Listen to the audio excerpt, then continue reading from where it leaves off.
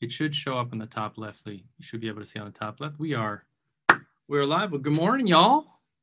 Put on my Texas, my best Texas y'all. Been herding cats all day. How you like that? Been herding cats? That's good. See, what we say is howdy. Well, if only you could see my boots. You know, it's funny. It's funny. We've had two amazing interns from Texas, Taylor Sweezy, and she was studying in New York, and she showed up for our first meeting in like authentic cowboy boots. It was the first time I'd ever seen like someone who was like truly a proud Texan, even in New York City. That was very impressive. And then of course, Robin Croft, who we'll be having a conversation with, just won the research award from the National Stuttering Association, working with Courtney Bird. But I don't know, seems like my network in Texas is growing. You're in the Dallas area, right?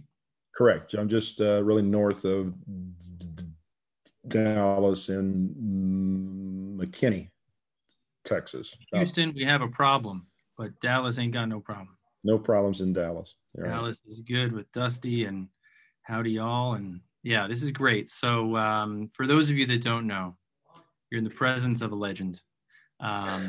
Lee Reeves, and Lee can reciprocate with plenty of things that he's literally seen me grow up. So Lee is just an amazing person. He's a person who stutters. He's a veterinarian. He's got 45 years of professional experience caring for the life and well-being of animals and building a business of doing that, creating good and creating value.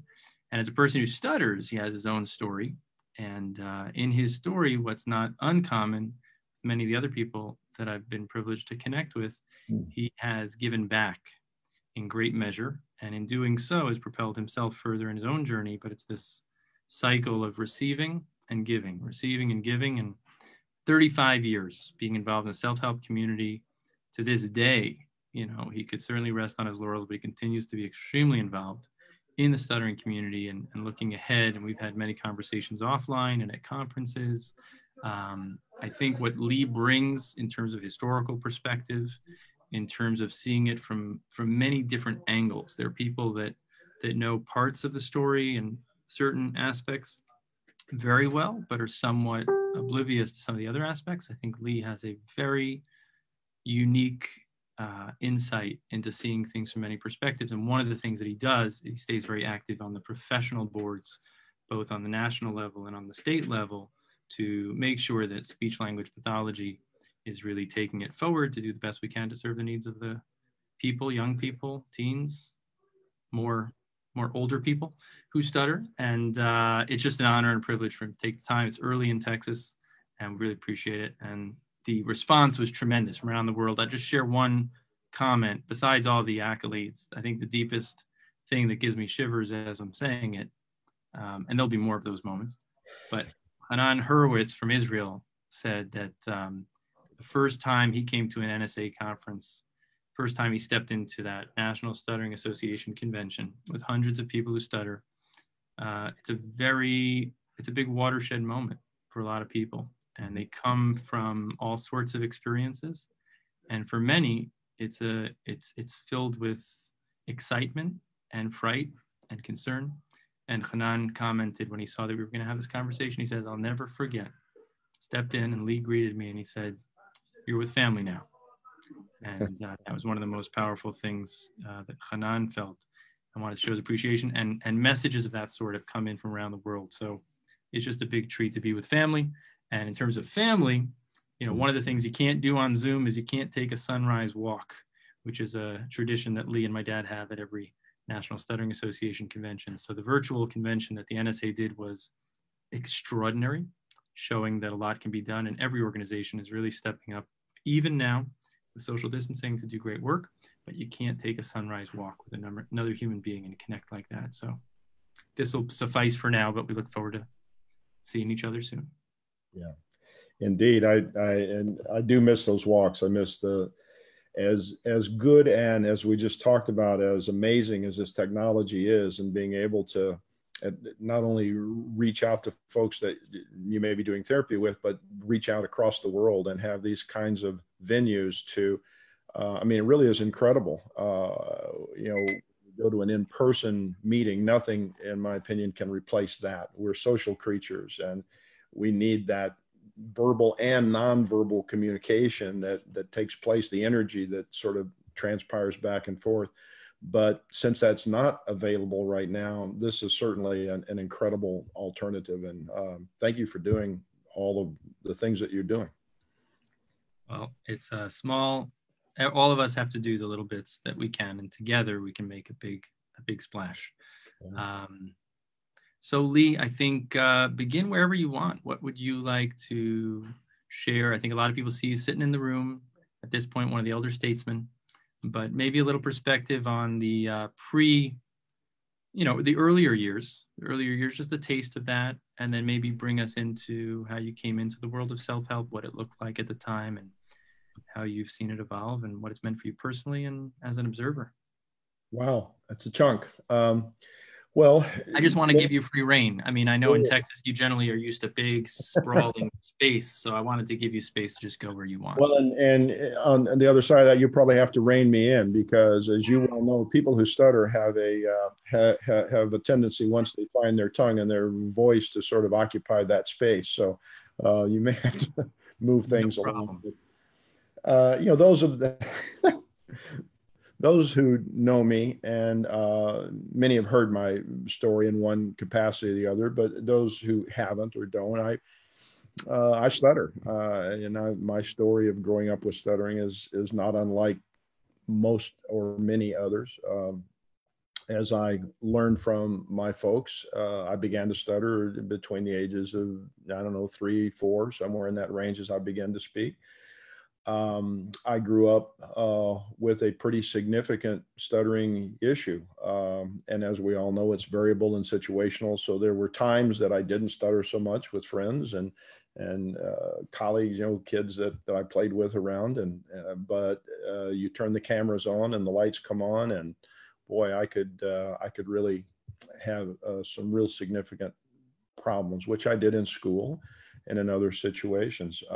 My first recollection of stuttering, that I knew that I stuttered, was when I was 9. And my dad had been in graduate school at the University of Minnesota, and he was Air Force. So I'm an Air Force brat, as they call, and come from a military family. So he was in graduate school at the University of Minnesota. He was a scientist. He was a veterinarian, by the way, but went into research and science. I didn't realize we had that in common. Yeah, exactly. That's generation. That's exactly right. We'll have to explore that some more. Some of those other issues, that come up.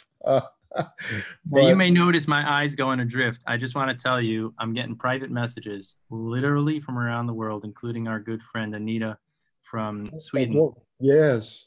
You can't get my time zones down, and then you throw in Texas, it just throws everything off. So she's not sure if she's in the right time zone. So that's what I'm doing if you see my eyes drift. But I am with you and with everybody, and it's a big treat. We're here with Lee Reeves. Drop your comments, your likes, your shares. This is a conversation that everyone will appreciate, listening in. So.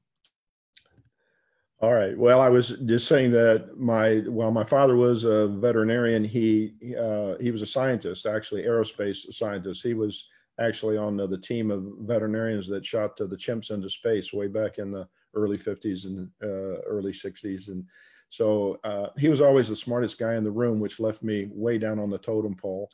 So while I wanted to be a veterinarian always, since the time I was 5, I never there was nothing else that I ever wanted to do. But my desires and my interests were more in clinical practice and dealing with folks on the other side of an exam table rather than chimps in space. But so he was in graduate school. We moved to Texas, and I was about 9. And I'd stuttered up until that point, of course, but I just didn't have that awareness. And I think a lot of children don't, it kind of reaches a point. So I was sitting on the fence in our new home in the backyard, watching some kids play on the yard next to me. And as kids do, you want to get noticed but not noticed. And so they finally came over and asked me my name, and I had a really difficult time saying Lee. And so what came out was Rusty. And that surprised me, and as I tell the story, most other people, because Rusty was the name that my grandmother gave me, because she said that I was a Texas boy and I should have a Texas name. She never liked the word Lee, so she always called me Rusty.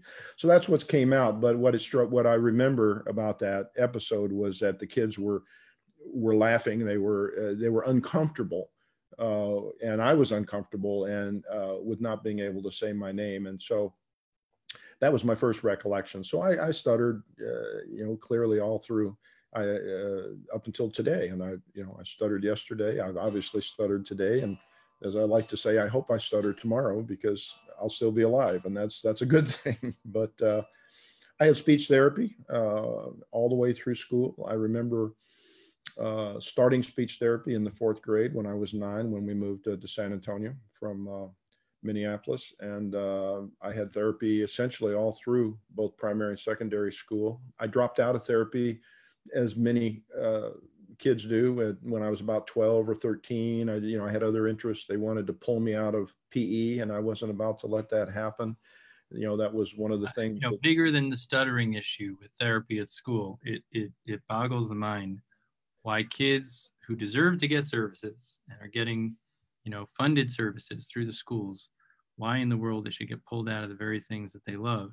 And it's difficult figuring out what to pull them from, but it's just a chronic problem of pull and get. And at some point, it's important, just again, parentheses, to recognize whether it's private therapy or school therapy, recognizing that the young person may have more interest to be in that activity than they are, whether it's football practice, basketball practice, lacrosse, badminton, whatever, than therapy, even though the parent or the mandate or the IEP might say otherwise. But it's important to recognize the wants of the young person. So you're not a dropout, you drop them. Yeah. And I had, I don't know, maybe half a dozen therapists through that experience in school. And I had some that I've always said that I learned something from each and every one of them. And sometimes it was things that I didn't want to do. But one thing that I remembered was my very first therapist in the 4th grade. I remember her when I came into therapy one day, she sat me down. She said, "I want you to look at this, Lee." And she brought me over to a big sheet of paper that she had, and she drew this big circle on a sheet of paper. And then she drew this little tiny circle inside of the big circle. And she said, "This big circle, I want you to think about as being you." And she said, "This little tiny circle over here is your stuttering." Mm.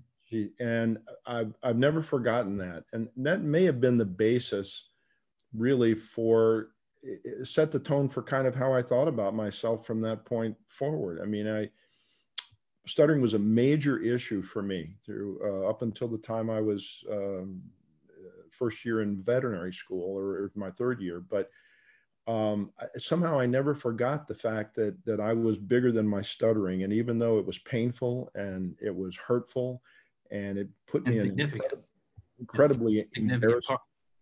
I'm sorry? And a significant piece. Oh, it's huge. And it felt to me like it was the opposite so many times, that was my stuttering was the big circle and me was the little circle. But so, and then there was, mm-hmm. If I may, it's just so powerful that's one of the things that I often do is make that very circle, especially if there are any parents of young children, or if you're a therapist, when you meet the parents of a young child who's stuttering, any issue or disturbance with a child becomes the whole kit and caboodle for the parents. And it's very important to kind of create a paradigm of, okay, here's the child and here's the concern. It's not to invalidate the concern, but it is to put it into some perspective, into some context, because what can happen inadvertently is this thought, we've got to zap the stutter. We got to zap all else doesn't matter. It's all or nothing. And what I often try to do with that circle with parents of young ones is I'll say, look, this is where we've got some words where the child seems to be stuttering. And then there's all these other speech behaviors and times where they're talking and words where they don't stutter. So instead of us focusing with the young children on the stuttering moments, perhaps we can look at what's going well and just try to keep expanding that circle to the point that the stuttering gets smaller and smaller and perhaps goes away with young children. Yeah. Or the way that therapist did for you in an identity kind of a way, to see it in its place, not to disproportionately let it dominate. That's amazing. I just want to just was such a resonant point. Yeah, and I think back today. I mean, that was many years ago. I mean, I was 9 years old, and a lot of times people say, well, you know, they didn't have speech therapy when I was a kid, or it was really bad. You know, I had some pretty good therapy, I think, even back in the 60s. But it all depends on how you define good therapy versus not so good. And I had some of each. For example, I had a therapist when I was in the 10th grade. I sang in the choir. That was one of my other things. I was an athlete. So I had outlets that helped me get by in life, even though I struggled with being able to talk. But so I sang in the choir, and so the choir director called on me to answer a question one time, and I started tapping my toe inside of my shoe to sort of get a rhythm to begin talking. And I just did it spontaneously. We do these things out of thin air, and it seemed to work. And so when I went to therapy that afternoon or the next day, I went into therapy, and she was what I call a reader. So I was reading the newspapers, that was on my therapy. And so I wasn't stuttering, and she was in amazement and awe. And she said, "Oh my goodness, what's happened in the last week?" And I said, "Well, you don't know it right now, but I'm tapping my toe inside of my shoe, and I'm not stuttering." And here's where the problem started. She said, "That's wonderful. That's terrific. You sound great. Whatever you can do to not stutter." And that was that therapist's point of view. And then that stuck with me. Of course, you know what happened then. It went from a toe tap to a foot tap to a fist clench to a side of the leg to squinching to contortions. Before you knew it, I had more, what they call surface behaviors or secondaries, all these things that had nothing whatsoever to do with speaking that I was doing to try not to stutter. So it nurtured the focus that it was stutter, fluency or bust. If the stutter would come out at all costs, it was to save that from happening, as if that was the ultimate. And again, another good way to start an encounter with a young person is to say, well, what's your goal here? And very often the person says, well, I don't want to stutter. I want to stop stuttering. I'm like, right, that's why we're here. So what's your goal? When that happens, when you manage to somehow get past this, what's the next day going to look like, And that's the goal. And too many people are stuck on just it's fluency or bust, and it doesn't mean it has to be one or the other, but it's such a dangerous message. And it sounds like you went through that. Well, I did. And to jump ahead a little bit, I think that's the issue. And since you brought up the child and what anybody goes into therapy with, you ask them what their goal is. And naturally, those of us who stutter, our goal is to not stutter. It's painful, it's hurtful, it's embarrassing, it's struggling. We don't want to do that. So I use the kind of the metaphor that you ask any 10 or 12-year-old athlete, 9, 10 or 12-year-old athlete, what they want to be when they grow up. And almost every one of them say they'll want to be a professional of whatever that sport is. And in fact, they'll go further and name a person. I want to be LeBron James. I want to be Roger Staubach in my time as a quarterback. So they actually personify who they want to be, but what they want to be is a professional athlete. And what you find is that they may be engaged and good in sports when they're 9, 10, or 11. By the time they get to junior high school or high, they go out for the team, but maybe they make it the first time. But as you go up the scale, they begin to drop out a little bit because they're not going to be a professional athlete. And it takes a while to figure that out. And what happens then is that they reframe their expectations. Maybe they're not going to be a professional athlete, but it doesn't mean that I can't play slow pitch softball when I'm 35 or 40 years old. I love. Let's not set the bar too low, okay, on slow pitch softball. But whatever you're playing, the point is you want to be playing the game, and you don't have to be a football coach or a star quarterback from ATM. Nice product placement there. It's the same way. If you go in, you're saying I don't want to stutter anymore. It's somewhere along the way we sort of reframe our expectations. It's not really that we don't want to stutter. I mean, that's what it feels like. But what we really want to do is be effective communicators. What we really want to do is be able to speak without as much struggle and without as much emotional impact as it is now. I think the analogy, and just you're bringing me right into the conversations in day 1 and day 2 and part of the transcending stuttering setup that we've unpacked lately is, telling the kid or the young person, teen or adult, as you just said, no young person says, well, I want to play football and never fumble. I think that's my ticket to the NFL. Nobody, if anyone thought, any running back or quarterback said, well, I just don't want to throw interceptions. That's what really gets me excited, is making sure I have 0 interceptions. And it just doesn't go. If you play that game, you are not going to go far. You're not going to take the next level, and you're certainly not going to enjoy the game. Right. So if the game of life is social connection and chatting and connecting through speech communication and other experiences that we share, the idea of, I just want to make sure I don't do this, it misses the whole point, and too many people go down that road, sometimes with the best intentions. But the example I like, I didn't get to write it up, Pat Mahomes, quarterback, Kansas City Chiefs, unbelievable. I don't know how he does what he does, defies laws of physics with those off-balance throws. But he did an interview after the Super Bowl, and I remember it like yesterday, and I think it speaks to what you just said, was they asked him, how do you bounce back and continue to be so gutsy and be so aggressive after that interception? And he said, my coach in high school told me, most important play is the next play. Right. Yeah. And don't think about the last play and let that shake your mentality and shake your worry, because that's what's going to lead to another interception. And so for people who stutter, if we nurture the worry and anticipation and the feeling of fluency or bust and fear of stuttering, we're not giving the young person much at all, and maybe a big disservice. We want to focus on helping them enjoy playing the game of communication, the game of connection. And that, I think that's exactly, and it has to do with setting expectations, high, but not too high that you can't reach them. The other is, don't set it too low that you always do. But, and that's where self-help, I think, can be so helpful and is so helpful with folks. I mean, maybe bring it back to you, where that went for you. You brought us through some positive experiences, some less positive. So then you learned to do the foot tapping, and you created a whole dance inside your head and inside your body to kind of duck and dodge and avoid any stuttering. Where'd that go, or how long did that stay with you? Oh, it was huge until the time I started my last and really best therapy. I graduated high school. Quick side note there, one of the very best school therapists I ever had was my last one. Her name was Roseanne Clausen. And I graduated high school in Washington, D.C., or in the Washington area.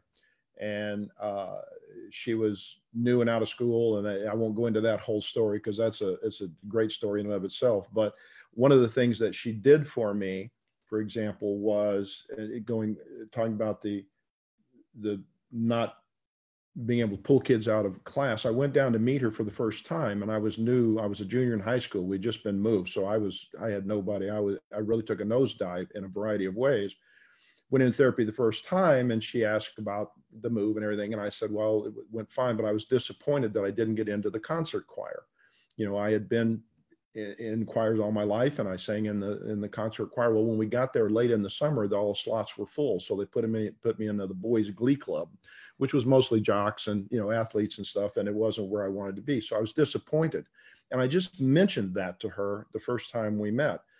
About a few days later, I got called down to the principal's office, and I thought I was in trouble. It usually takes me a couple of weeks, to get in trouble, but this was very soon.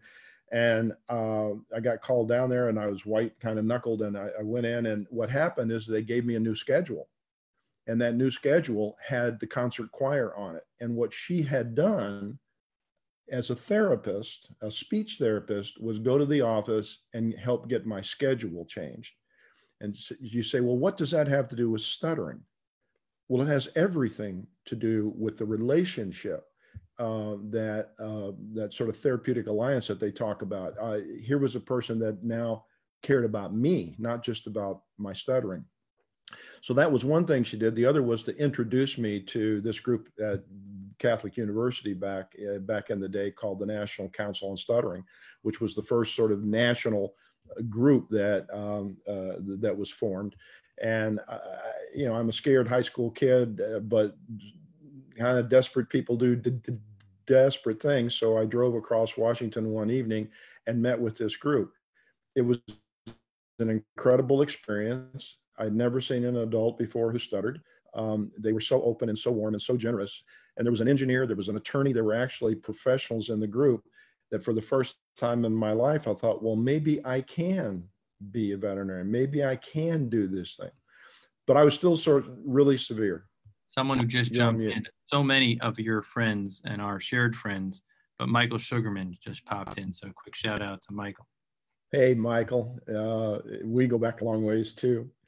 So that was the seed of self-help, is when she introduced me to that group in 1966, I think, 67, 66. And so, but I was still very severe. So when I started college then down at A&M, they didn't have a speech and hearing department. There were no speech therapists on staff. And I, again, went into another nosedive. I was really severe for a couple of 3 years, almost flunked out of school my first semester, and then found a way to struggle back and get, back into the game, get my grades up high enough to apply to veterinary school. For whatever reason, they let me in. I've been forever grateful. I don't know really why to this day. It was a struggle for me, but they took a chance on me, and I've been forever grateful. But when that happened, it dawned on me that I had to do something about my speech. I couldn't keep going the way I was going.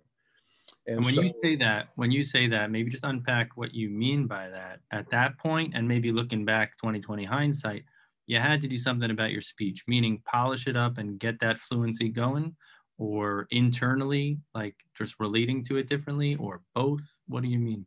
Well, I think both. I mean, obviously at the time, my focus was on stuttering, not stuttering anymore, or at least doing something, because I literally couldn't put two sentences together. I had a difficult time, speaking. I struggled a lot and I got stuck. I had blocks, and that was my primary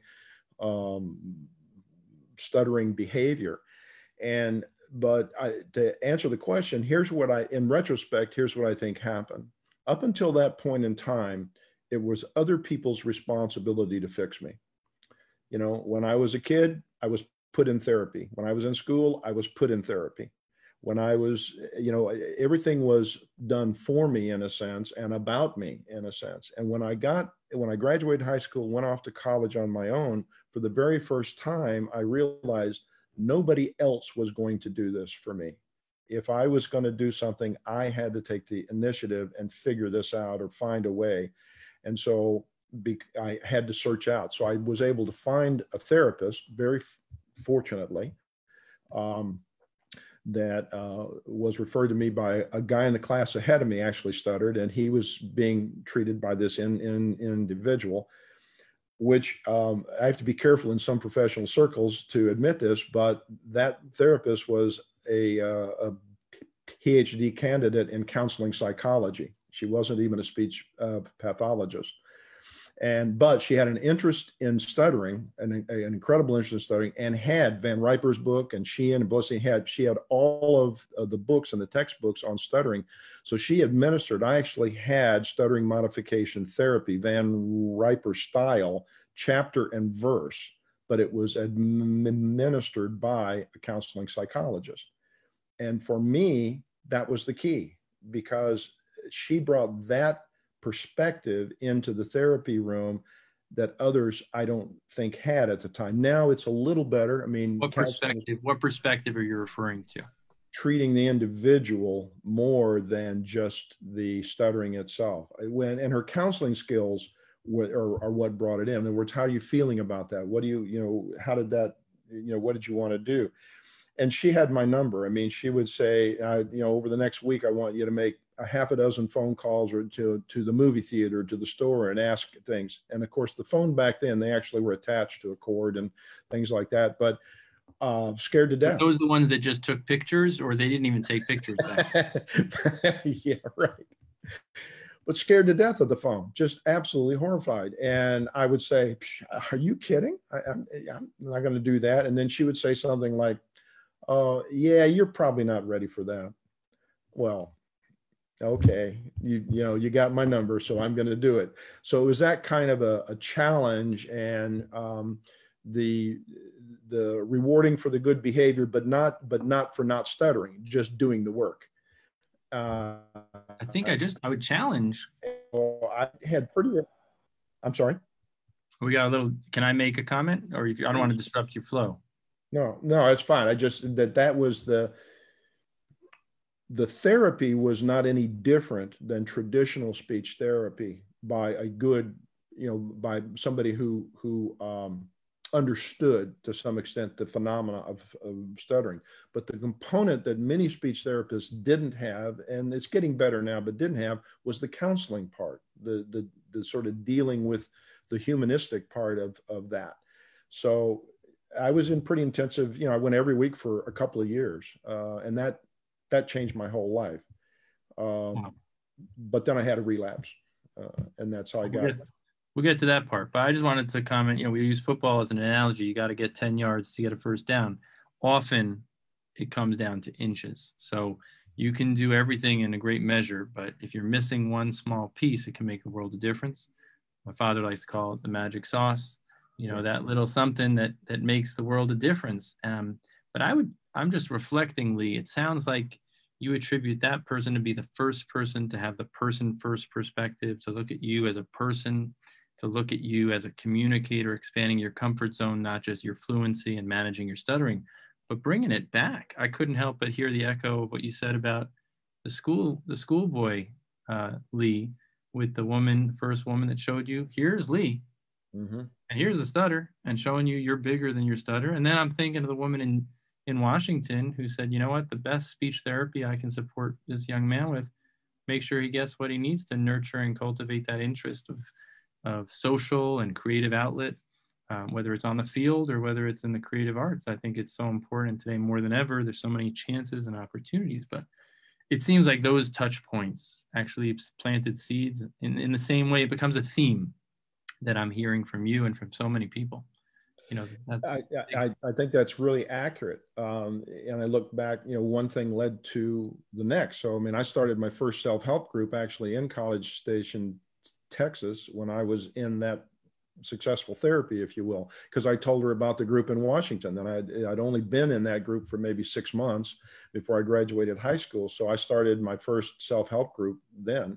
And it was pretty successful. We had people from the community and from the university.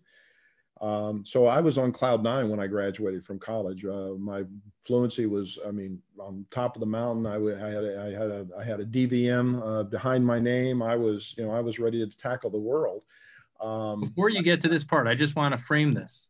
You use the word relapse. Is that what you're building up to? Mm-hmm. So I just want to throw out there for everybody, if you listen carefully to the beginning of Lee's sharing earlier, he talked about younger Lee. He didn't say he had a bad stutter. He didn't say anything. He said he had a very significant stutter. It was a very strong stutter. And I think there it was noteworthy, and I didn't want to interrupt you then, but I think it's noteworthy now, the significance as professionals, as parents, as educators, as young people, and as adults, how we talk about things shapes how we feel about it. And the words are so important, and that's an exercise in and of itself. I just got off the call with a dad helping his young child with stuttering matters, and dad and mom are doing great. Dad's owning it, but the kid is going through a whole respiratory asthma thing. And as he's going through that, not because stuttering is because of a breathing problem, but the kid is on medication and the kid is not in a healthy, strong state. He's in a kind of flux with his health. And with that, his behavior is out of whack. And also his stuttering has kind of gone up a bit. So I said to dad, listen, this isn't the time to work on the stuttering, but it might be a great time to work on how do we talk about riding through the rougher times, riding through those choppy waters. So I just wanted to highlight that I noticed Lee do that when he talked about it. So when you come into the office or whatever, I always, even on the first meeting, someone says, oh, I got a really bad stutter. It was a really bad day. I'm like, wait a second. And it's my dad's thing, just like, so you don't stutter well. Like you're not very good at stuttering, or you just change the whole thing. It's a whole reframing, not to make light of it, but to frame it that it's not with judgment, it's with description. So if you're looking for an exercise on that, I know some folks that have some good stuff, both the Stuttering Therapy Resources, which Lee is the CFO, and his amazing wife, Nina, and partner in the business, Scott Yaris. Everybody knows Scott. Great materials to really work through things. And we've also got a couple things at Schneider Speech and love collaborating in all kinds of ways. but the idea of thinking about just the vocabulary we use. So I'm going to challenge you, Lee. Can we frame this? Do you like the word relapse? Because when I hear relapse, I think of an alcoholic that was doing real well and clean and living a life that he wanted to live and not using his crutch to take away that pain or fill that hole. Or I think of cancer or illness. And I'm just wondering, is relapse a word that you like deliberately, or what do you think of that? Well, it's the word that's available, I guess, that's out there. It's one that's, when I had a so-called relapse, that term was not even in the professional literature because nobody really understood that. And so I don't know what other term or word, a single word that I could, I'm open to that, but I don't know what else. Dr. Phil, he doesn't like relapse. I know that for a fact. Dr. Phil Well, Schneider. that doesn't surprise me. So, he would say, look, and I think it's what's coming out of your story, which is interesting. And I think it's so helpful for people to hear is, here you are, young man, you go through some really challenging years. You go through some really breakthrough experiences working with this person at a certain critical age. Yeah. And you get into a very strong state and you're introduced into a supportive community. And then that strong state has its own ebb and flow. And kind of like, there obviously were certain components, whether it was constitutionally, hormonally, lifestyle, that keep you in a strong state and keep things kind of in a positive and pretty easygoing flow. Or you either come up to a stage of life where there's new challenges and the stuff that worked in the previous stage is no longer adequate, or you let certain things slip. You used to work out 5 times a week, now you work out once a month. Or you used to eat carefully and now you eat like this. Or you used to sleep well and now you're not sleeping well. And I just wonder if we think about just like natural ebb and flow, instead of a relapse, almost sounds like a medical and judgmental, or responsible. You dropped the program. I think what you're describing is what happened. I just don't have a singular word in a conversation other than that to describe it. Whatever that is, however we define it, that's what happened. Yeah. As I began to not use the strategies that I had become accustomed to that had gotten me where I was, they either stopped working or I wasn't using them appropriately with the right frame of mind. I use the word intent a lot now because even though voluntary stuttering was my sort of go-to strategy to help me bring myself back to reality and do a little voluntary stuttering in the mornings before I got up or when I went into the office the first time, that sort of thing to sort of keep me in line with the fact of who I was and to sort of set the stage, if you will, and not be afraid of my stuttering. I began to think that, I'm a doctor now. And, doctors don't stutter. And so I can't possibly be a person who stutters anymore. I mean, I'm reliving or reframing, I think, what I thought at the time. And as a result of that, I think what my voluntary stuttering became, and I talk about this a lot, is that rather than being an effective strategy, it became an avoidance behavior. I actually began using voluntary stuttering, I think, to avoid stuttering. And so it was, the strategies are it's kind of like playing baseball or learning how to play baseball. You can teach a skill. We don't come out of the chute knowing how to throw a ball or how to catch. So we learn that neuromotor skill and back and forth. And till that kind of becomes automatic, but then you have to play the game. You have to get, who do I throw to? What do I do if the ball comes to me? Et cetera. And what do if I do if I have an error, if I drop the ball? It's the same thing of getting up and going on. So what was happening, I think, with me is that I had learned those skills and I was using them very effectively. The neuromotor skills, the easy onsets, the pull-outs, the things that got me through that struggle to not struggle so much, and voluntary stuttering and doing things that were helping my communication better. But I was beginning to lose that how to play the game. I was beginning to think I just needed the skill. And when I would have an error, if you will, and I'm using that analogy, but if my voluntary stuttering wasn't quite working the way it was, I didn't view that as, I wonder why that didn't work for me today. Maybe I'm using it for a different reason. At the time, I didn't know that. And so what happened is that gradually none of those things that had been effective for me continued to be effective. And so I began having a lot more struggle, a lot more avoidance, and a lot more fear as a result of that. And I never got back to the significant amount of struggle and fear that I had originally when I first started college, but I knew what that felt like. And I had been on top of the mountain. When I graduated from college, I was Moses. I was on the top of the mountain. Moses, how appropriate. Moses, stuttering, fantastic. Yeah, there you go. But I also knew what the valley looked like because I'd lived most of my life there, or at least it felt like it. And I did not want to go back to where I was. So that then led me to getting involved with and finding, not being able to find help again, and leading me to started my second self-help group in the Dallas area right after I started my own practice. Some circumstances occurred where an opportunity arose for me to start my second group. So I started, and as it turns out, that's really all I needed. I didn't need any more formal speech therapy. What I needed was to get grounded again, was to come back to who Lee was, that small circle instead of the big circle, and helping others, finding what impact coming together as a community, as a group of people.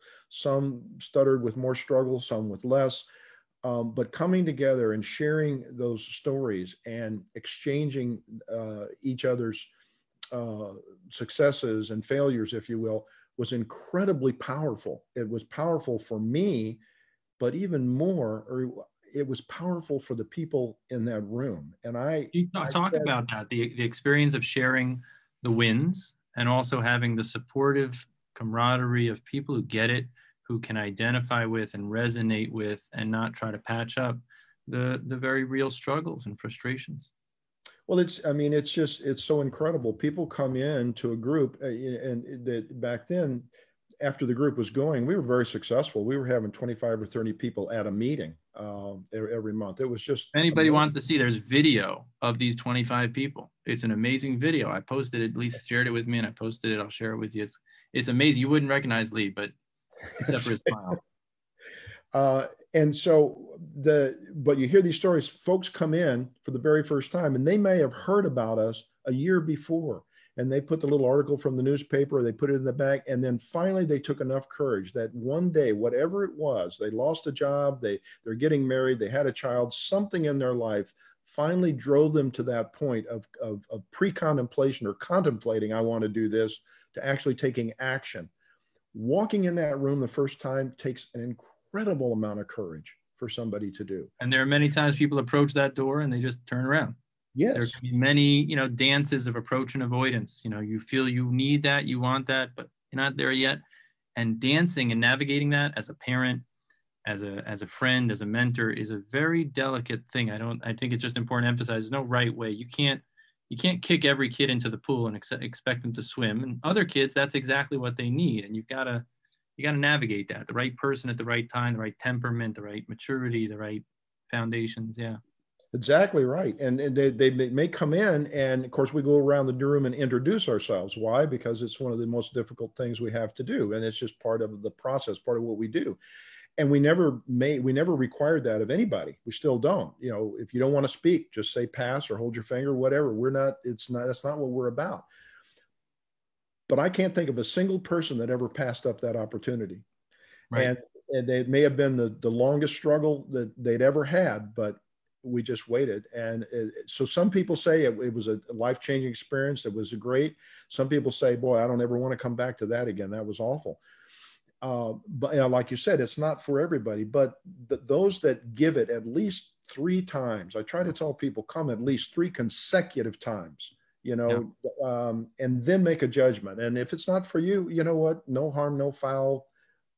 Great. It's not for everybody, but please don't just come once.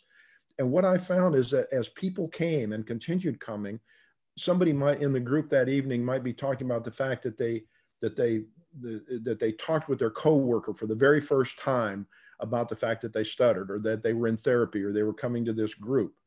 This just in from Sweden. I think Anita would appreciate, and you'll appreciate. My first time to the NSA, Anita says, and there you were, Lee, and we had these great talks. It's all about meeting the right people. Well, That's true. We all have, you know, we can't do this alone. You know, what is the saying? I think it comes from Alcoholics Anonymous, but I don't recall. There's a saying that says, alone you can do it, but you can't do it alone. Mm. And what it means is that, and I think this is from your dad, it's an inside job. Working with ourselves as people who stutter or any condition, but for us, this is what we're talking about. Nobody can change us. Nobody can fix us. It can't be done. The only people that can change us in one way or the other, or move us forward or move us sideways or back, is ourselves. And what that means and how far we go or where we go, it doesn't matter. It's all determined by us. There's no right, wrong, or right way, but very few of us, if any, can do it by ourselves. And so there are those mentors, there are those people, there are those individuals that pop into our lives from time to time that may only be there for a short period of time, and sometimes they're there for longer, but they have major impacts on our lives. It certainly happened in my life multiple times. And it happens in self-help because sometimes you never know, you just never know who you're going to touch. You know, I've been touched by people that years later I would go up and I said, would you remember when? And you did this for me and I just wanted you to, and they say, no, I don't remember that at all. And for them, it was just another day in the life. For me, it had a major impact on my life. That's what self-help and support is all about. You know, and I just want to bring you back. I want to just amplify something you said earlier in light of what you just said. It's that special, magic sauce, because often you go to a self-help meeting and you're like, I don't need a little sit around kumbaya. Like I need some fancy schmancy, show me the Pilates move, show me the breathing, show me, I don't know what, but there's got to be something. You're just going to sit here and just going to share. Come on, that's not for me. Or a therapist might feel, or a parent might feel like, show me the razzle dazzle. What's next? What else you got?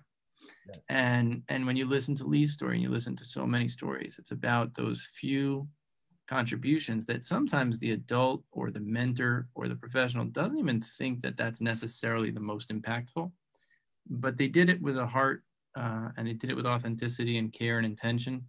And sometimes that's the magic impact, the magic moment, the magic touch that stays with somebody, something you say. I just went to a bar mitzvah of a kid. He was allowed to have 10 invitations, 10 people he could invite. And I get the invitation. Mom says, he put you on the list. I'm like, oh man, how am I going to get to this lockdown bar mitzvah? Now, got there.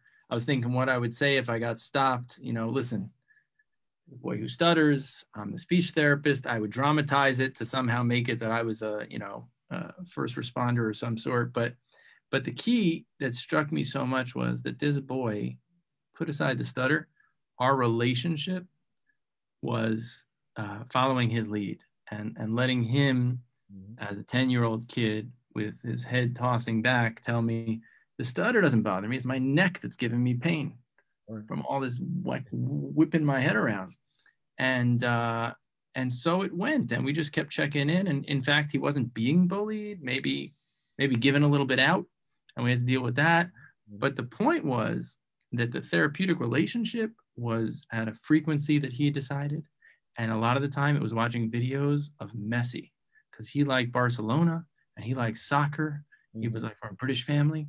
And I didn't know jack about that. So I just played stupid, another great one of my dad's clinical moves, and let him teach me all about Messi and, this and that about football that I didn't know. But showing the interest in the person, making them the agent of their own process early on in the right measure, not more than they're ready for, but not infantilizing, and making them the agent of their own process and respecting their wishes. So important, and showing interest and care. For you, it was the woman who recognized what the choir meant to you. Yeah. And making that happen. She didn't have to do that. But I just want to emphasize for parents and for people who stutter and for therapists, not to get fixated on the razzle dazzle. And even if it's from the best resources, from Stuttering Therapy Resources or from, Transcending Stuttering Resources, those are I call it like the kitchen cabinet of spices. And a good cook has to know when to take out the right spice and in what measure.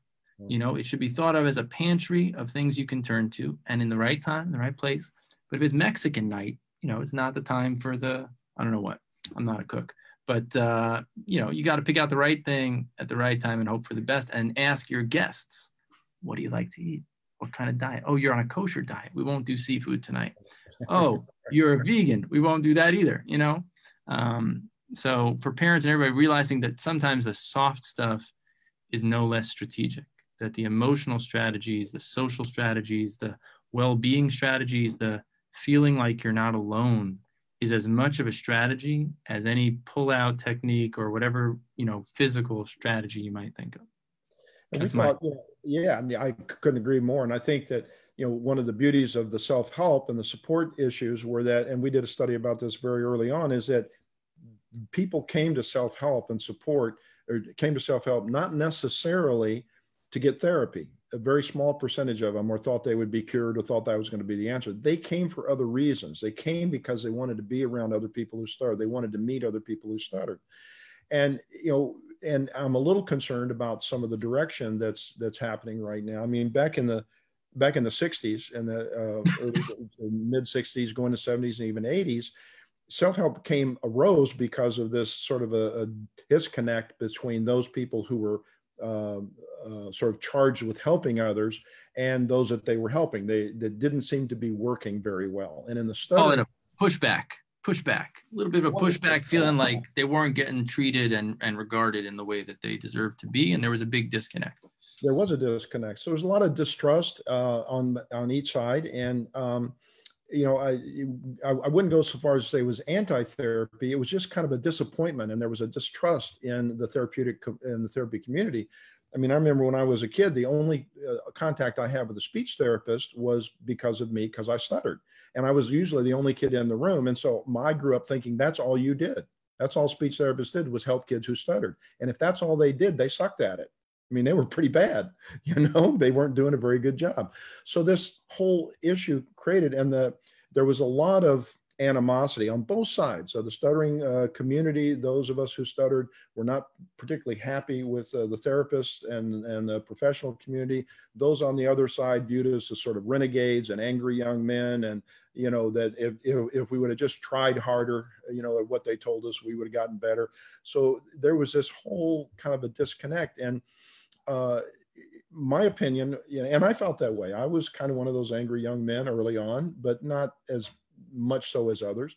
But what I began to realize pretty quickly is that wasn't getting us anywhere. Being apart and being angry at each other. And I began to meet some of the therapists, some of them who were kind of brave enough to come to one of the stuttering, back then the NSPs, or to my own group before we became affiliated with the NSP. I would meet some of the therapists, and I said, well, you know what? They're all stupid except for you. You seem to get it okay. And then I'd meet another and say, they seem. So I began to accept speech pathologists by exception, one exception at a time, until I finally realized that we had a lot in common. It's just that we didn't understand each other and we weren't communicating with each other. And so I began. How ironic. Yeah. So I became a real proponent, and I've kind of based my entire avocation, if you will, on trying to bring these the disparate communities together. I wanted speech pathologists to be involved with the NSA. I wanted them to be there. I wanted people who stuttered to get to meet people who cared about and were trying. Why does that matter? Why did it matter, and why does it matter? Well, it matters because neither one of us can do it alone, and we can't do it, and we definitely can't do it if we're angry at each other. And the only way that speech pathologists are going to learn about the phenomena of stuttering, because they're not getting it in their educational setting, they're not getting it in their CF, they're not getting it in private practice a lot because they're so isolated. They don't see a lot of people who stutter. So the only way that the speech pathology community is going to learn about stuttering is from not only, but one of the major areas is from the people who stutter themselves. And the only way that people who stutter are going to understand and be helpful to those that come behind us who stutter is by working with the professional community and with researchers and bringing that all together, because I think together we move forward. Apart, we either stagnate or we move backwards. And that's a little bit of my concern right now, is I'm sort of feeling, in a sense, this sort of 60s trend again, where there's this little rumbling of being. It's not the 60s trend of peace and love. The other one. No, that's right. It's not that. And so I don't know, how impactful that's going to be, and hopefully it won't last or get too much traction. But I really am concerned about that, because I see that as a trend in some quarters of the self-help community right now that I think, in my opinion, is not that helpful. And with the perspective that you have, and I couldn't agree more, personally and privately, bridge building, having conversations with people that you otherwise wouldn't have conversations with, I think is so important. And it's also the time we're living in. Really, if you don't know a Black man or Black woman, it's high time to have a conversation with a Black man or Black woman, if that's something that you haven't done. And if you don't know someone who's dealing with other identity issues, and you don't know anybody, you just have opinions about it, we need to have conversations, privately and publicly, in groups and in one-on-one. So I couldn't agree more, just for anyone that doesn't know me. And I invest, anyone that does know me behind the scenes, invest tons of time trying to get some of the hotter minds to sit with one another and to find ways to keep it at least, cordial and appropriate. But at best, really, like Lee is saying, we can do so much more. We're all stronger and more informed together. And that being said, I saw a trend, Lee, a couple of years ago with these online courses, for example. And I saw it coming, and I said, I gotta try to, and then someone said with the documentary, let's make an online course that will be the companion to the documentary film. This is not a promotional comment right now. My comment is an observation, and it's happening. And I said, more and more people are going to take advantage of technology. More and more people are going to be selling, quick fixes, taking lots of money, promising big promises. There are behavioral programs that have been doing that for a long time. But now with online options, people are sometimes in a vulnerable position. So there is good, and some of them are non-professionals. They're quacks that have no credentials, and nobody should be working with anyone that doesn't have credentials, in my opinion. But just because they have credentials doesn't mean they're worth anything. So you have to, be a good consumer and look things out. Number one, credentials. Number two, experience. And number three, when you talk to them, do you feel like there's a person there that gets it? But once you've gotten there, what are your thoughts? Because there are professionals that continue to be a disappointment to the community of people who stutter. There continue to be people that take advantage of people who stutter. There continue to be people to this day that do things that leave lasting scars for many, many people. And I don't believe they do it intentionally, but there are large groups of people in the stuttering community that say this person changed my life. And there's a big group of people who say this person left me with years of damage that I had to kind of process. What are your thoughts in terms of, on the one hand, building bridges and working together, and on the other hand, being cautious, because there is a reason for that. It does come from somewhere. And I'm just wondering what your thoughts are, just to validate and propose a way forward for those that have that caution, because it's coming from somewhere. Well, I think we have to be good consumers of services. And I think we do have to be careful. It has opened up sort of a Pandora's box of opportunities that are good, but some that are not so good. And we are vulnerable, we being folks that are looking for help, that are struggling, that are scared, and we'll, as I said before, kind of desperate people. Keep talking. My son is calling. I just have to screen. Okay, all right. Sort of desperate people do a lot of desperate things. And so I think we have to be careful about, we can't stop folks from looking where they're going to look. The best thing that we can do is to continue working together and educate as many people as we can and improve the knowledge base. And I'm not talking about a particular therapy or particular approach or anything else, because not one size fits all. I mean, there are many paths out of the forest. And what's important for us to do is to help people find their path, whatever that is. But we've been in the forest. Did you see my post earlier this morning, or you just said that spontaneously? No, I always say that. Now, did you say something?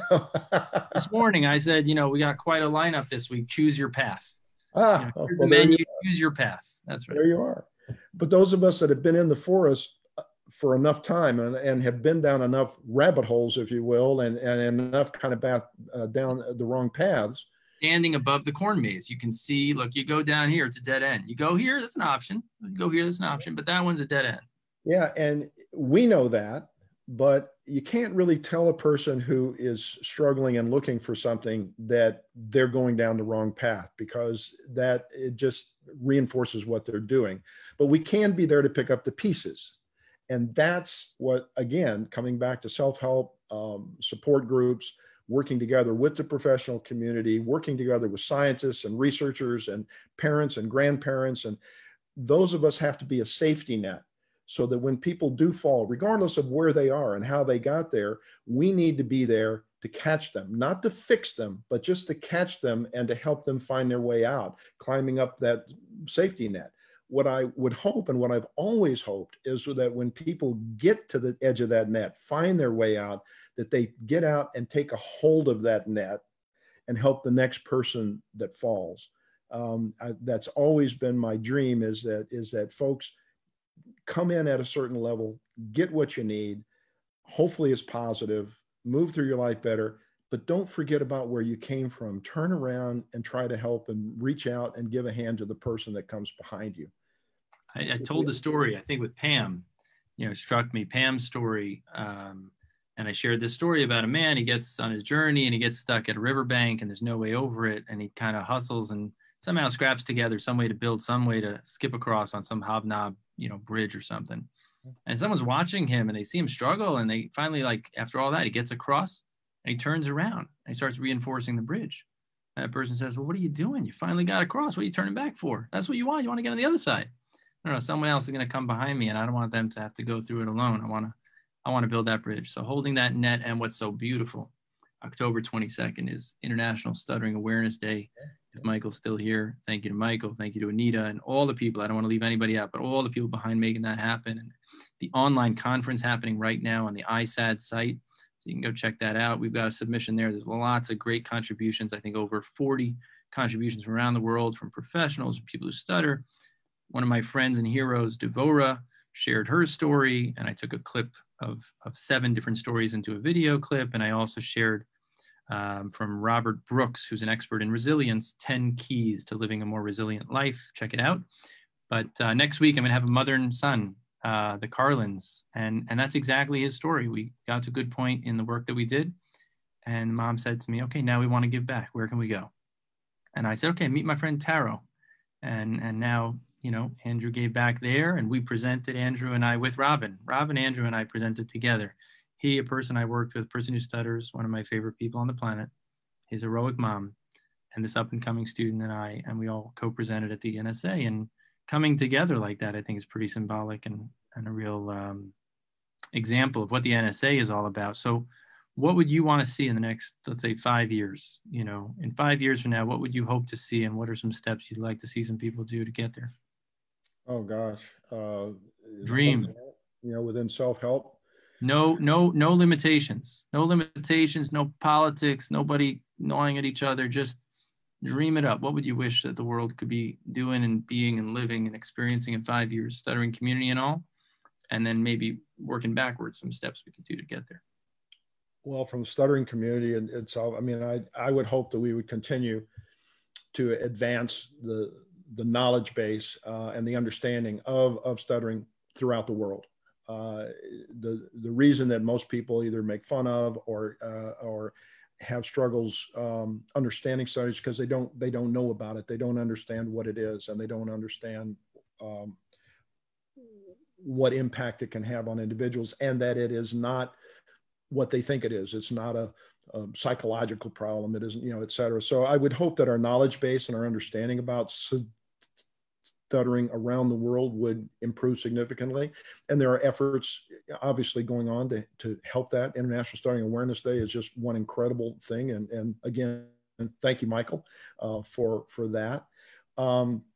I would hope that research would continue. Not only, I mean, it's important to look at how the brain and how communication works and how it functions. Not so much to be able to cure it necessarily, but the more we understand and the more research we do toward looking for that cause or causes or whatever, new therapeutic avenues come out of that. More understanding then leads to new ways to help people who suffer or who are affected by this condition. Working in the professional community, I would hope that, you know, the education and academic programs, we could find ways to help individuals come out of those programs with a little more knowledge and skills about how. You haven't given up on that, huh? No, I'm not yet. I'm still working at it. And I think it's important that that somebody within the stuttering community continue to stay engaged and involved in that process, because without somebody there speaking for us, we will not get spoken for, and stuttering will get even more marginalized than it is now. Shout out to Ruben Schuff, who I know puts in a lot of time on the specialty board, and he'll be joining me on Sunday. So Lee, what do you think of that idea I shared and we talked about it? I think it piqued your interest. Since what I was alluding to was that you've mentioned many times the efforts to get graduate programs to give stuttering its due share and prepare students so that they graduate with basic competency, because right now they don't. Many students of speech pathology come out and they just don't have enough class time and they don't have enough clinical time, sometimes none, and yet they carry a license to practice, and it's a travesty. Now, you've been working on that for a long time, and in that time, only more things have been added to the curriculum and training. So I think you refer to Big Nine, whatever, but you know, stuttering now is one of even more things. So the scope of practice grows and grows. When I said, have you not given up? It's really a testament and admiration for your resilience on that and persistence on that. But what do you think of a different model? Have you come up with a different model, or the model I shared, if you want me to repeat it? Well, I'd be interested in hearing your model again. I do think that the model has to change. I think that the traditional model, the traditional model of both teaching and learning is probably antiquated. And so I think there's going to have to be an entire shift, this outcomes-based and competency-based kind of learning and training. But I don't think we're close enough yet to understand how do we measure competency? How do we measure these things? So because it's hard. One program, for example, may have a terrific way of doing that. But then how do you compare that to the other programs? There's 260 different graduates. So I think that there needs to be a paradigm shift because you can't learn it all. I am licensed to treat everything that's non-human. As a veterinarian, I have a license on my wall that says I can treat, I can diagnose and treat, prescribe to anything that is non-human. Well, that's just nuts. That's nuts. I don't know anything about chimpanzees. I don't know anything about snakes, and I know very little about hedgehogs. But the fact I have some questions about my rabbits. We acquired 2 rabbits during this lockdown. I'll ask you afterwards. Well, and here's the thing. I would be happy to refer you to somebody who knows about rabbits and who's really good at rabbits. That's the ethical issue. And I think we have to spend more time in academic settings on ethics, because that to me then is the basis for everything else. It's an ethical issue when I may be licensed and you may be licensed to treat stuttering, diagnose and treat, but if you are not competent, then it is your ethical duty to refer them or find ways to help them other than what you're able to do, or become more educated yourself and learn how to do it. It's not that you can't do it. It's just that you have to understand ethically that you may do harm. And at first you don't want to do harm. So I think ethics is the basis for that. And then we don't have enough specialists, but you don't have to be a specialist, of course, to be a good stuttering therapist. But you do have to be knowledgeable, and you have to improve your skill set and understand the phenomena. So however that is packaged, it's not working now, and we need to find a way to change it. So my proposal, my idea, crazy. You know, what if, you know, grad schools, I think, are going to continue to struggle just to get it done as it is. And certainly now, grad schools and professors are doing a tremendous amount of work to try to help speech-language pathologists get their training, get their degrees in a time when clinics might be closed or operating at half capacity. But if we just look past this, whether we're living in a time like we are these days or even before these days, I think grad schools are tapped out. I think that similar to the way veterinary school hasn't changed. In other words, you still get your license, even though you don't know about snakes or rabbits. I don't know how you learn about snakes and rabbits, but I think therein lies the potential model. And I'm thinking like Fulbright Scholar, Rhodes Scholar. What if there was a fellowship that would identify 1 or 2 students in each program around the country? Because the other problem is there are certain states that do not have enough people that treat stuttering. Generally, the coasts and certain cities in the South have, but there are many states in the middle of America that are very understaffed in terms of people that know how to deal with stuttering. What if there was a national network with people who are worth listening to, who would cultivate this group of up and coming, speech and language pathologists at an early point in their career, so they don't have to wait till they're 10 years into their career. They've got a child that comes in that stutters on their caseload. Now they got to go do some CEUs and hope that that one-day workshop suddenly gives them presto magic, everything they need. Although there are great resources out there. Again, another plug for the Stuttering Therapy Resources and what Nina and Scott do and what so many people do is the Stuttering Foundation and whatever contributions we make.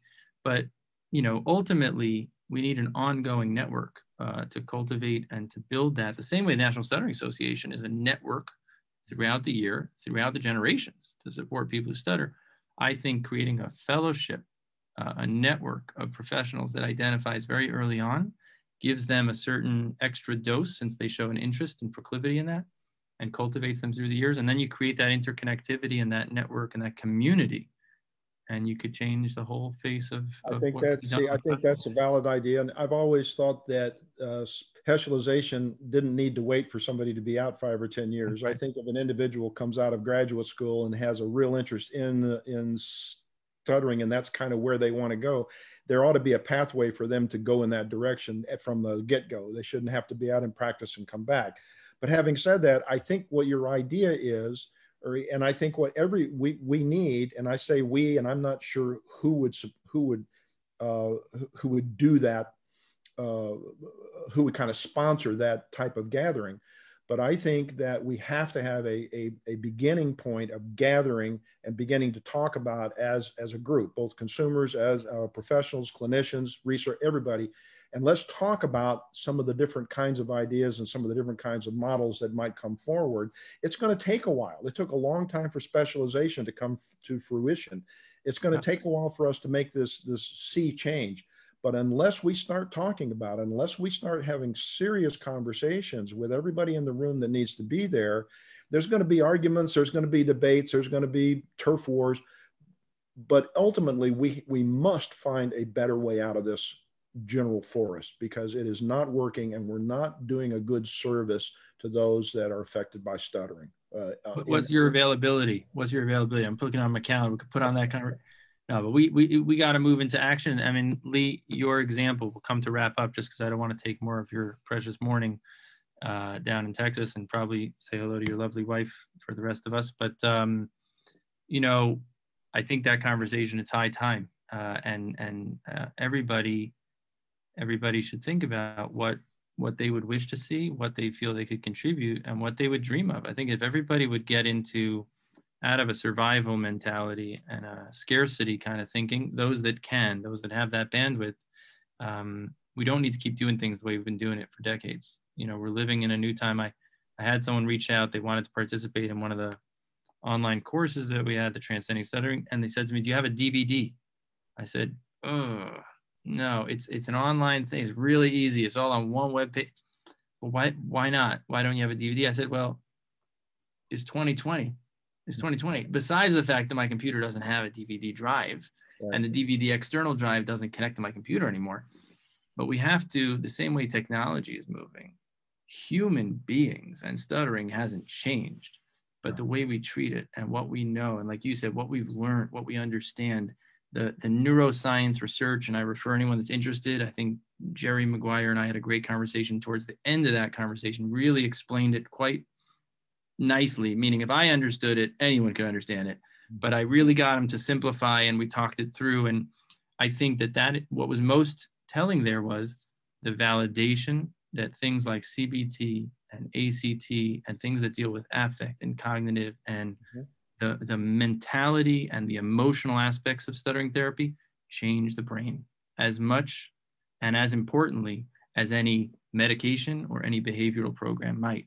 And he said, you know, that doesn't get the press. That's not exciting, but that's a fact and that is valid. And so that information validates the need for speech-language pathologists, not just to know the behavioral techniques that are the easiest to teach and the quickest to learn and the most measurable to administer, but to complement that with all the other pieces. Because when you listen to Lee and many, many stories, and my father has the film that never got out yet, but it's on the cutting room floor. When you take 100 interviews with people who stutter, and you say, what was your memory? What was the most impactful thing? What was your breakthrough? Most, if not all, will say something that is unrelated to a physical behavioral shift and much more to do with someone saw me, someone opened a door for me, someone believed in me, someone threw this crazy idea in my head. I can do this. I could be a veterinarian. I could be a doctor who stutters. Yeah, that's possible. I could be a football player who stutters. Really? I could be a lawyer. Yeah. And here's a guy who's doing it and crushing it. Wow. Mind blown.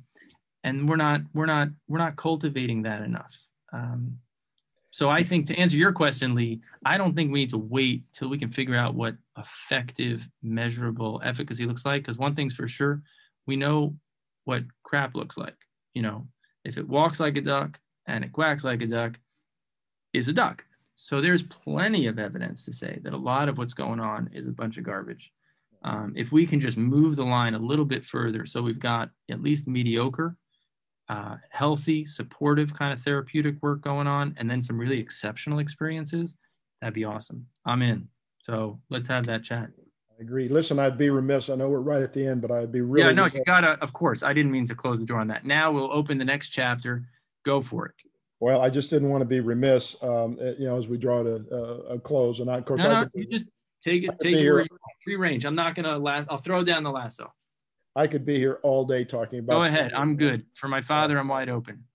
Well, I just wanted to make sure that I didn't go without sharing a story, at least about your dad, because he has meant so much to me and still does. You know, I first met Phil in 1998 at NSA convention or conference in Atlanta, and I was the chairman of the board at the time, and I did the live auction and had been doing it for a while. And I never had any training in auctioneering. It just sort of was a need that came up, and somebody asked me if I would do it. And so I started doing it, and you know, we had a good time with it. But that particular year it came in and I had developed laryngitis.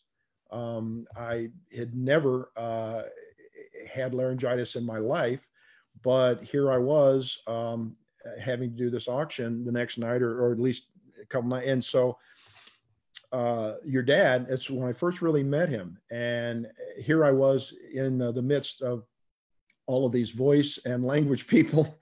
And so he explained to me what I needed to do to help with my voice and the laryngitis over the next 48 hours or so to get ready for that auction. And so he showed me how I was supposed to speak and not speak and drink lots of water. And for the next 48 hours, every time I turned around, your dad was standing behind me with a bottle of water. And I mean, literally with a bottle of water, and hydrated. And every time I would try to whisper or do something that I wasn't supposed to be doing, laryngitis, he would say, "No, let me show you." But it was in the most caring. I didn't know him, but all of a sudden I knew him, and we that encounter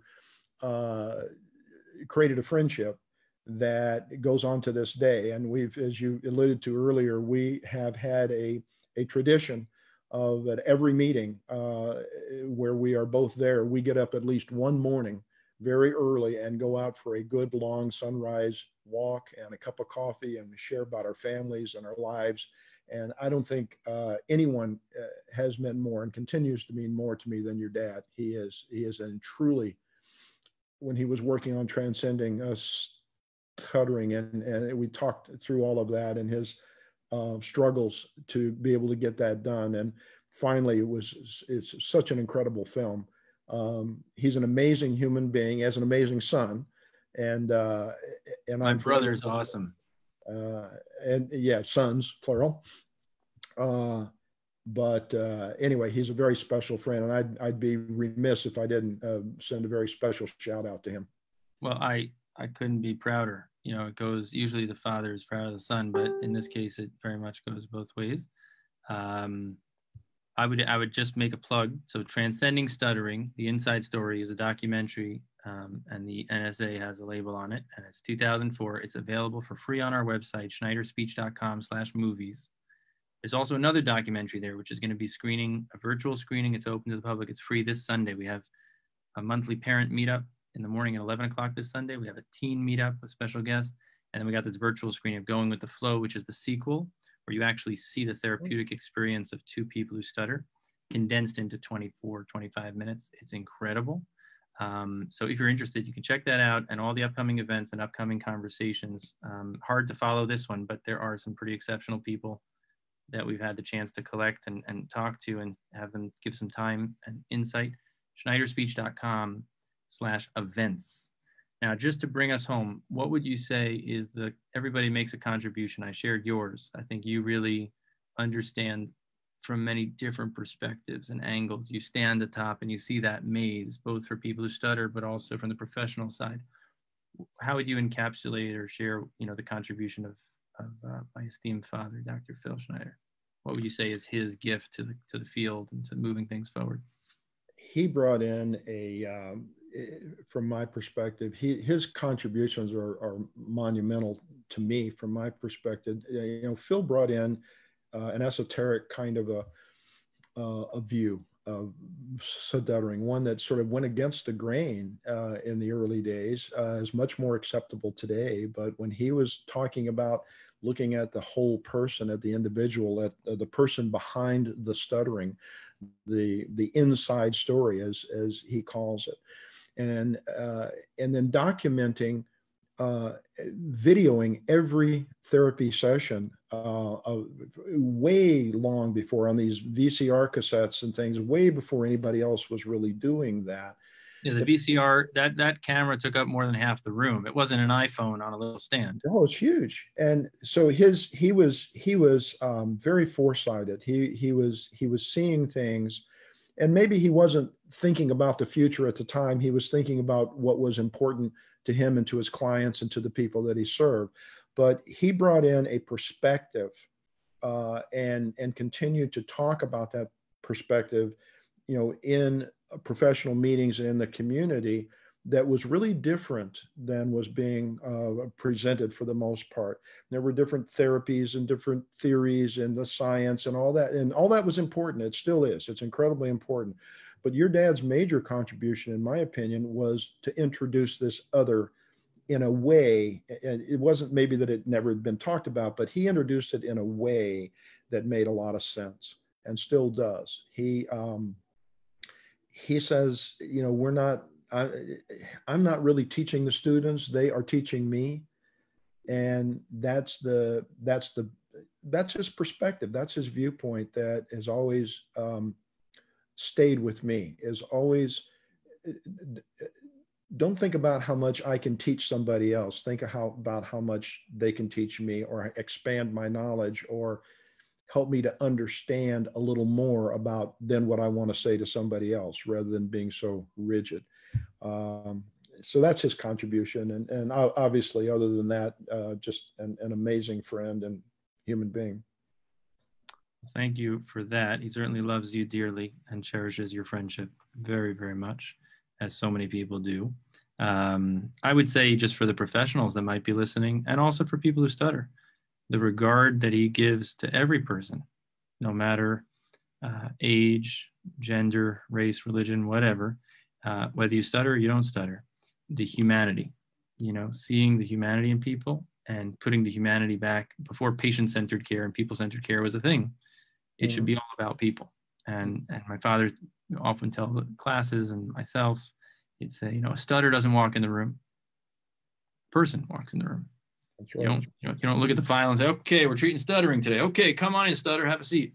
And so as professionals, we got to look at people as people, whether they're little people and young people, whether they're parents, whether they're teens, adults, whatever.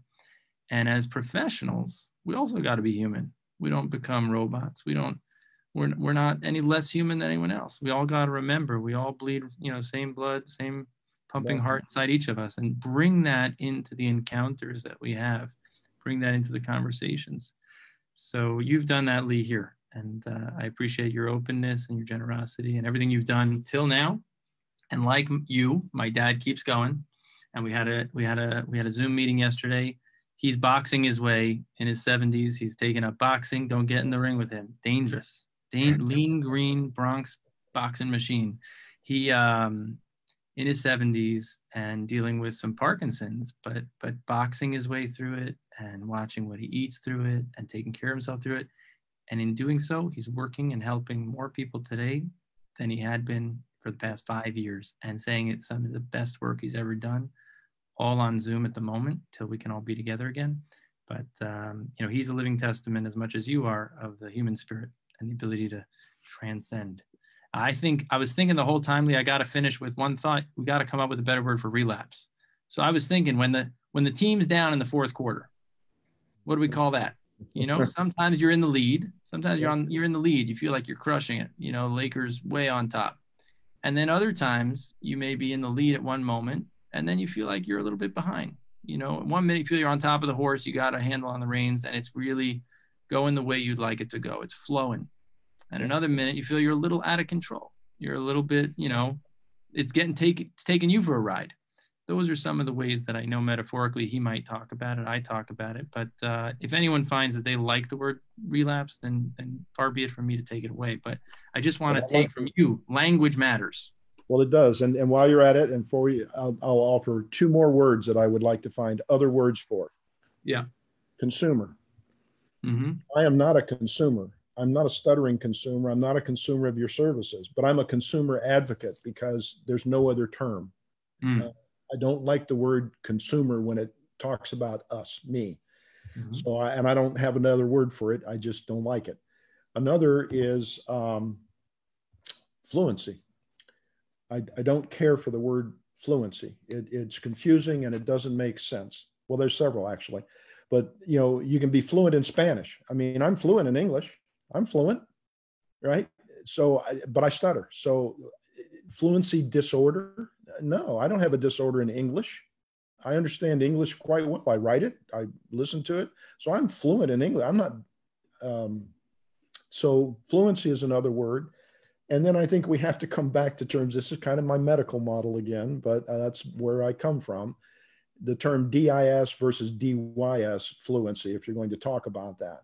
Those of us who stutter have DYS fluency. DYS means a problem with, a struggle with, a difficulty in. The prefix DYS suggests difficulty with. Yeah. Difficulty with. And DIS means apart from. So if you're using interjections or you're not intelligible for some other reason, that might be a DIS prefix, disfluency.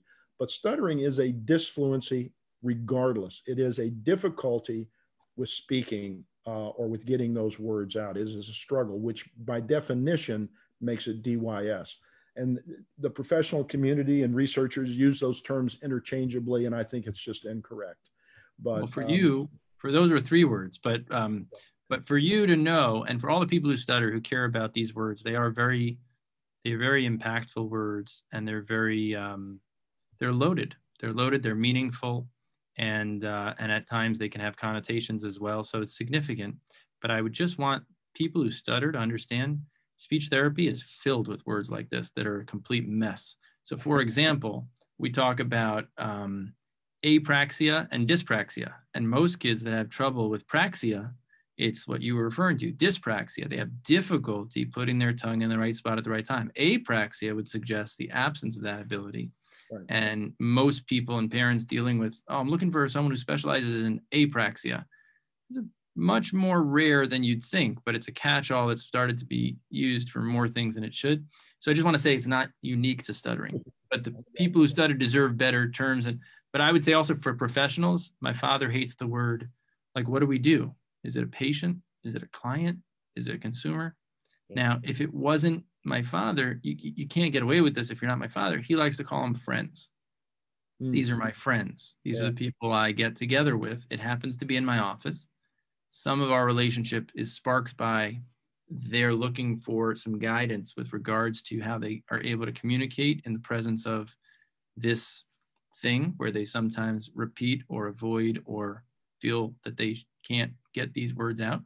And that's how it starts. But I find that if I would walk around saying I'm a speech-language pathologist and I am very excited when I am able to help my friends, and I'm talking about 5, 6, 10-year-old kids, teens and adults, it would be awkward. So we definitely need a better word. I'm not sure Friends is the right one, although Friends is a great organization. But yeah, we have our homework. So we got some words we got to come up with.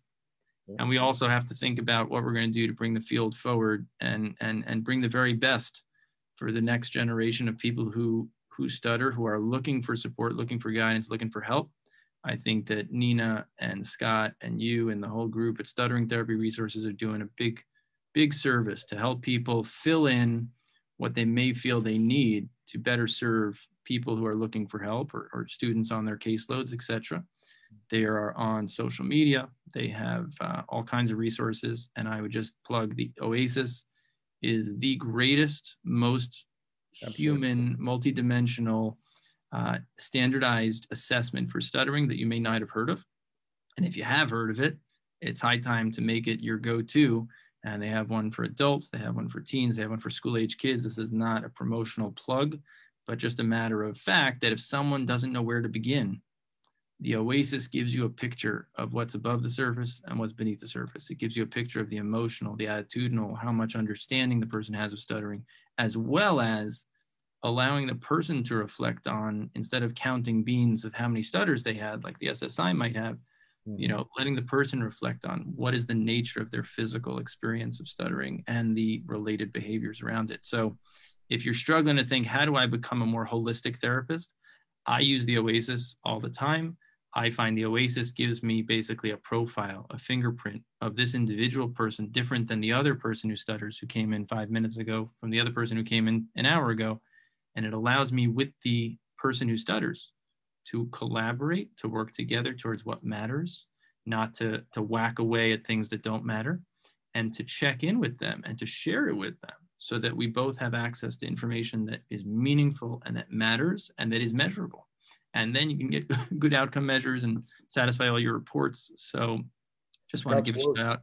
Yeah, you know, Scott's work in that arena, you know, originally starting with Bob Queasel as well. And their look at the experience of people who stutter, that whole arena, that concept of research that Scott continues on to this day. And I think eventually they'll have an OASIS for the preschoolers in some capacity or some way. But that's has been his emphasis since I have known him.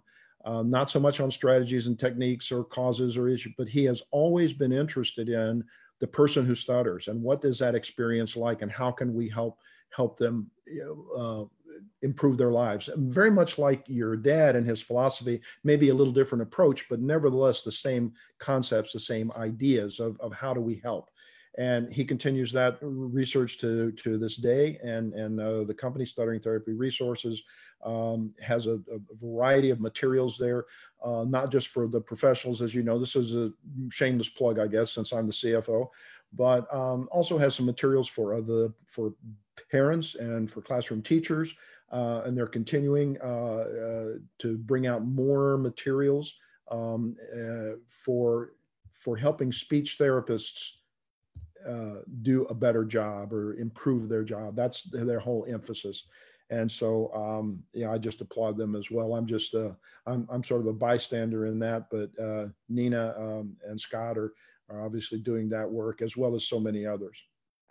And I would just say, I'm not just an admirer, I'm also a consumer of Stuttering Therapy Resources. And then in concert with that and complementing that, you know, what we've tried to do is create flexible offerings through this Transcending Stuttering Academy to create flexible ways for people to really take themselves forward, to make things more affordable and more accessible, because not everybody has access nearby. Not everybody can get to, whether it's now from a distance with Zoom or technology or costs, whatever the barriers are, there are so many. And then finding the good people, the good help that's out there. And there are a lot of good people out there, but sometimes the barriers are too great. So we're trying to make accessible solutions available for parents, for teens, for adults, as well as these conversations, which are so valuable and so rich. Thank you.